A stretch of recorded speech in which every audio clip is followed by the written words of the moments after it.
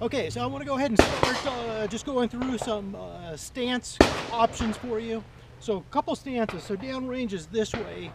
One is kind of the classic weaver stance, where you want to be slightly bladed. Your primary foot is slightly back at a 30 to 45 degree angle. All right, we're trying to blade the upper body towards the target. As you present the weapon, you want your primary arm locked out, your support arm, the elbow is pointing down, and you've got isometric tension where you're pushing out with the primary hand, pulling back with the support hand.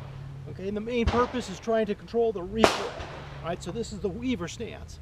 Another popular stance is the isosceles stance.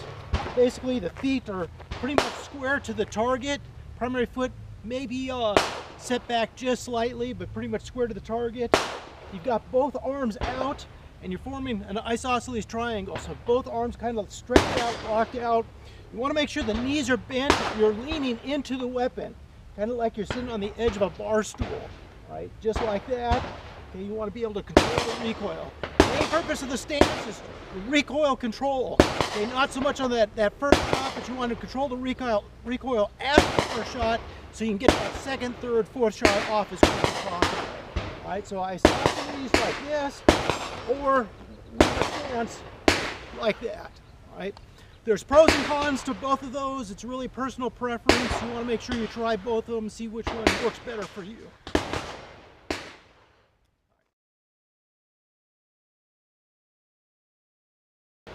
All right, so next I want to go through the 5-count draw. So for the 5-count draw, so count 1, I want to take my support hand, put it to my belt buckle. I want to make sure I'm not bringing it over where I can start to cover it as I'm drawing out the weapon.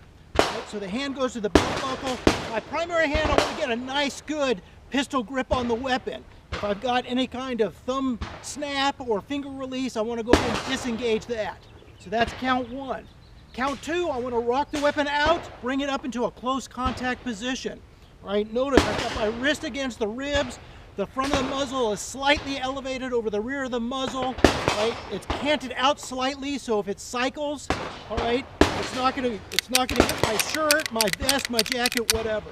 All right, this could be a firing position at count 2. If I had to fire, I'd bring up my short arm in a defensive posture. Finger goes to the trigger.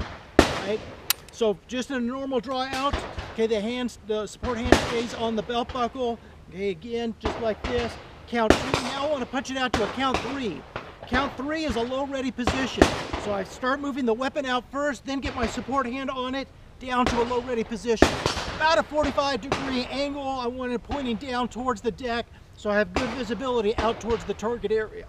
So from a count 3, I can come up to a count 4, which is sights aligned, finger goes to the trigger. Okay, that's the key thing here. Fingers going up to the trigger. Right? Now I can go ahead and do a count 5, which is just a nice smooth press all the way to the rear. Okay, then resetting the trigger, getting ready for that next shot. Okay, from a count 5, I'm going to drop down to a count 3, a low ready position. From here, I would want to assess left, right, center. I would decock the weapon. All right, from count 3, going back to a count 2, I'm going to go back to the holster. Just bring it back into a count 2. Again, make sure you've got proper muzzle direction on the weapon. All right, then a count 1, just right back into the holster. All right, so that's a 5-count draw. So just like this, count 1, count 2, count 3, count 4, up on the sights, and count 5. Nice smooth press all the way to the rear, the weapon cycles. Count 3, assess left, right, center, decock, back to a count 2, and back to a count 1.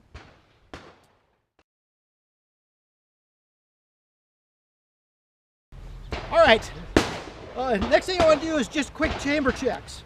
All right, it's very critical to understand the condition of your weapon at all times. A couple different chamber checks for folks with decockers. All you do for a chamber check, decocker down. I like to come back here, put my thumb on the tang here, 2 fingers over the decocker lever, and then I just squeeze just like that so I can see the chamber. Yep, it's empty. All right, some alternate methods. You can come over like this and pull it back like that to see. Okay. Also, some folks like to come up here, grab it here, push it back to see. One trick that I do is I like to put my trigger finger on the side of the frame the slide frame. So as I pull it back, I can kind of index it to make sure I don't bring it too far back. What happens is if I bring it too far back, I'm going to end up chambering the next round. Right? So just be cautious you're not bringing it too far back. So you can use that finger to kind of index it to make sure you're not bringing it too far back. Really it comes down to which preference is yours for the different types of chamber checks. Some folks actually come back like this to chamber check it. If you're trying to do a low light chamber check, all right, a low light chamber check, what you can do is you take your trigger finger and you just try to stick it into the chamber there. You'll feel around if there's a round in the chamber or not. All right. So again, just depends on your personal preference. Also depends if you have a decocker or not. All right. So you can go over like that, or you can go over like that. Main thing, just watch your muzzle direction as you're doing it. Make sure you're not sweeping the line as you're doing your chamber checks.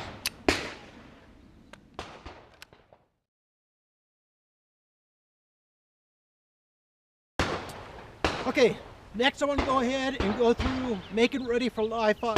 Making ready for live fire. So I've got an empty weapon in my holster. Magazine well is empty. So I take my magazine. Notice the proper 3-finger grip for the magazine. So I've got my index finger pushing on the round. Main reason I want to do that is if that round is sticking out a little bit, I'm not going to be able to seat it into the weapon. So just make sure that that round is seated well, just like that. 3-finger grip. Find the magazine well. Just insert that magazine, make sure it's nice and tight. Once I've done that, I can go ahead, draw out to a low ready. We started with a chamber check. Yep, the chamber is empty. All right, once I've done that, now I want to load the chamber. So I decocker down, overhand grip, thumb pointing back to me. I'm going to pull the slide all the way to the rear and slap my shoulder. All right, reason why I'm slapping my shoulder is I don't want to come back and short stroke it, or I don't want to come back when my hand goes in front of the muzzle. So all the way back, slap the shoulder. Once I've done that, finish it up, quick chamber check, goes around in the chamber. All right, so now to unload the weapon. All right, so we just loaded it, so now to unload the weapon. We start it, chamber check. Yep, there's a round in the chamber.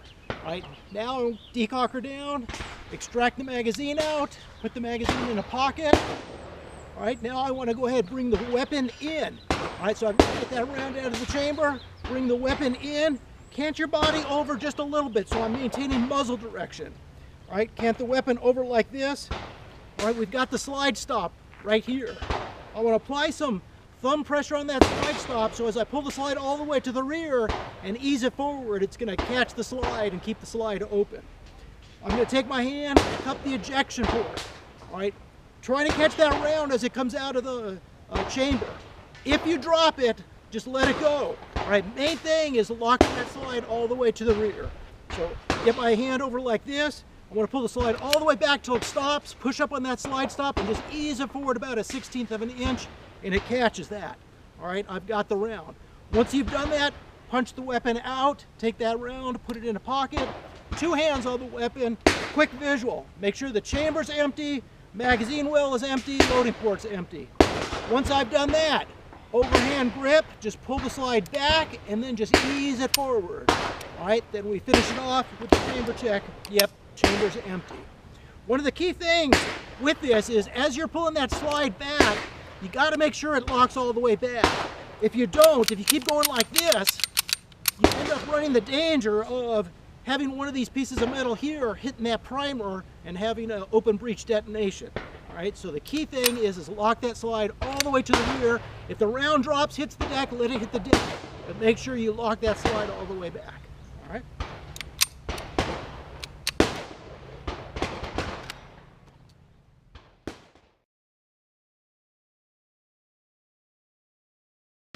Okay, next thing I want to do is just demonstrate a quick speed reload. For a speed reload, it's a combat situation.